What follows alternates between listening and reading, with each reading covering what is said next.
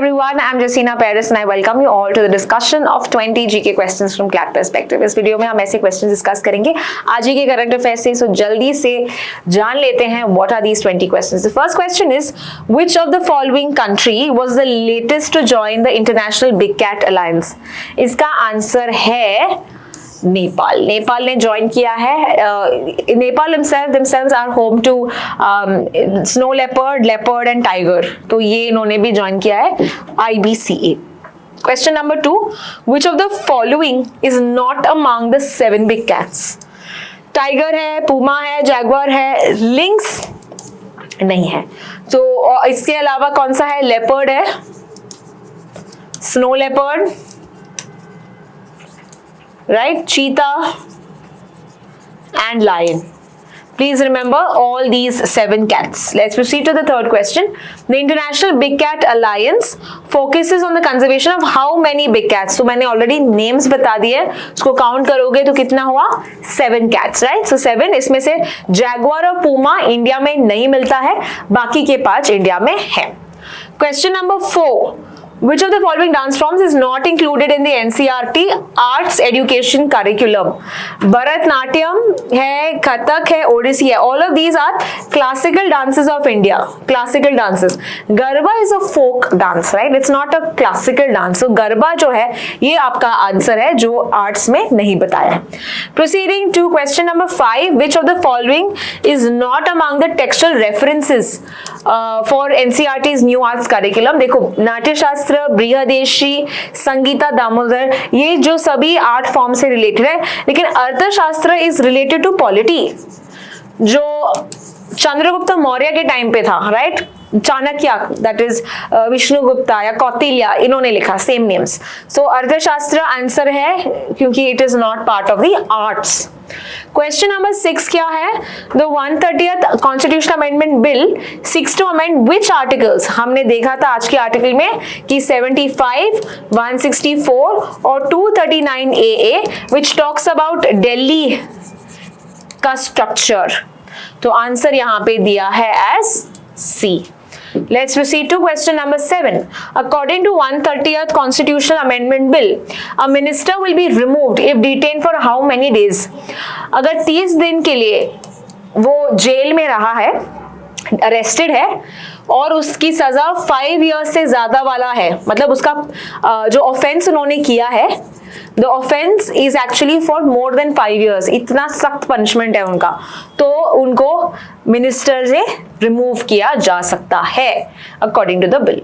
Question number 8. If the Prime Minister or Chief Minister is detained for 30 days, what does the bill mandate? Can he continue in office? No. Is he demand permanently? नहीं, उसके बाद वो reappointment हो सकता है उसका. They are automatically disqualified from contesting elections. ये भी नहीं बताया है, but इनको resign करना है on the 31st day. So Prime Minister और Chief Minister को यहाँ पे बोला है कि तुमको resign करना पड़ेगा on the 31st day, giving it to the President. So answer was that D. Let's proceed to question number 9.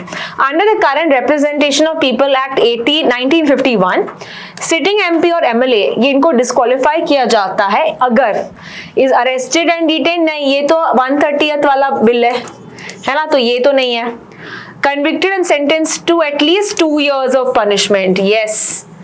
ठीक है, ये सही है, बिकॉज यहाँ पे हमने देखा था कि अगर उनको कब डिस्क्वालीफाई किया जा सकता है, अगर उन्होंने जो सजा की है उसको वो दोषी ठहरा चुके हैं, the court has considered him guilty, as well as उनको 2 साल से ज्यादा पनिशमेंट मिला है, तो उनको हटाया जाएगा एज अ MP और an MLA, and he can not contest up till 6 years. 6 years तक वो कंटेस्ट नहीं कर पाएंगे. तो ये हमारा आंसर है B. Question number 10. कौन से लैंडमार्क केस में ये जो 6 years का भी है बताया था, as well as section 8 clause 4 of the RP Act that protected convict lawmakers from immediate disqualification. इसको इसने struck down किया, मतलब which is the case that is related to Representation of People's Act. ये भी अगर आपको पता है तो आप आंसर कर पाओगे कि आंसर है lily Thomas.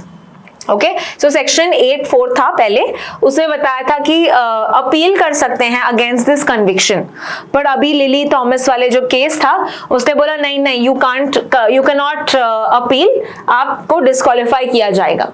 So that is what was the Lily Thomas case. Question number 11, Operation Sindoor में डिकॉय सिस्टम, कौन सा डिकॉय सिस्टम का यूज किया था by the Indian air force on the Rafale fighters? हमने यूज किया था the X Guard fibre optic towed decoy, जो यूएस ने भी कहा है कि बहुत ही शानदार बेहतरीन डिकॉय सिस्टम था. Question number 12. Ground decoys have been increasingly used in modern conflicts. Which country has wooden and 3D printed fake systems to exhaust enemy and ammunitions? तो इसका आंसर है, यूज किया गया था रिसेंटली यूक्रेन ने against the Russia Ukraine conflict. Answer इसका है B. Question number 13. Which of the following is the naval active missile decoy jointly developed by Australia and US? Australia and US ने बनाया है the नलका. ये भी हमने आज के डेली न्यूज एनालिसिस में कवर किया है. ब्रिट क्लाउड इज यूके, ये है US, right? Yeah. Proceeding to the next article. Question number 14. Through which Himalayan pass in Himachal Pradesh has China agreed in principle to resume trade borders? ये है शिपकीला पास which is in Himachal Pradesh. Natula is in Sikkim and this is in Uttarakhand. This is also in Himachal Pradesh. ठीक है? Please note it down. Proceeding to question number 15. The broader objective of the Jan Vishwas reform. Jan Vishwas किसके लिए 2.0 देखा था हमने? To decriminalize जो excessively punishable offenses थे, as well as ease of doing, ease of living business के लिए ये था. So याद रखना, yes, this one, truth based governance, right? तो 16 सेंट्रल एक्ट्स को यहाँ पे चेंज किया है, डीक्रिमिनलाइज किया है 16 ऐसे सेंट्रल एक्ट्स और उनके मेजर प्रोविजंस को. Question number 16. मिल्क यील्ड के टर्म्स में which of the following countries has the highest productivity per cow? देखो पर काउ के बारे में पूछा है तो आंसर हमारा है यूएस. इंडिया का सबसे लो है 1 पॉइंट कुछ था, यहाँ पे सबसे ज्यादा 10 है, 10 अराउंड 10 टन्स पर काउ पर ईयर. ठीक है, तो आंसर इसका यूएस है. बट अगर क्वेश्चन है कि which country is the top producer and consumer of milk in the world, तो हमारा आंसर होगा India. New Zealand is for exporter. And who is called as the father of white revolution? Okay, that is Dr. Verghese Kurian. ठीक है, तो milk production को बढ़ाने के लिए इनका बहुत ज्यादा एफर्ट्स है. ठीक है, सो क्वेश्चन नंबर 18 देखते हैं अभी. The directed energy weapon systems, okay, in the IADW which is integrated air defence weapon, जो रिसेंटली ये किया था, टेस्ट किया था. सो ये क्या यूज करता है? हाई फ्रीक्वेंसी रेडियो वेव्स नहीं, न्यूक्लियर फिजन नहीं, माइक्रोवेव नहीं, इट यूजेस लेजर्स. ओके, तो लेजर है ये. इसका एक हिंदी नाम भी है. Can you name what is the Hindi name for the due system?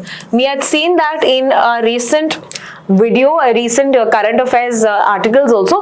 तो ये आप मुझे बताना हिंदी नाम क्या है, एस से स्टार्ट होता है. Let's see if you remember that. Question number 19. Integrated air drop test dummy crew capsule, ये लिफ्ट किया था कौन से aircraft? I showed you the aircraft and I also wrote it down. So if you remember, yes it is Chinook helicopter, जहां पे जो parachute deceleration systems यहाँ पे टेस्ट किया था, which will help us in a Gaganyaan mission.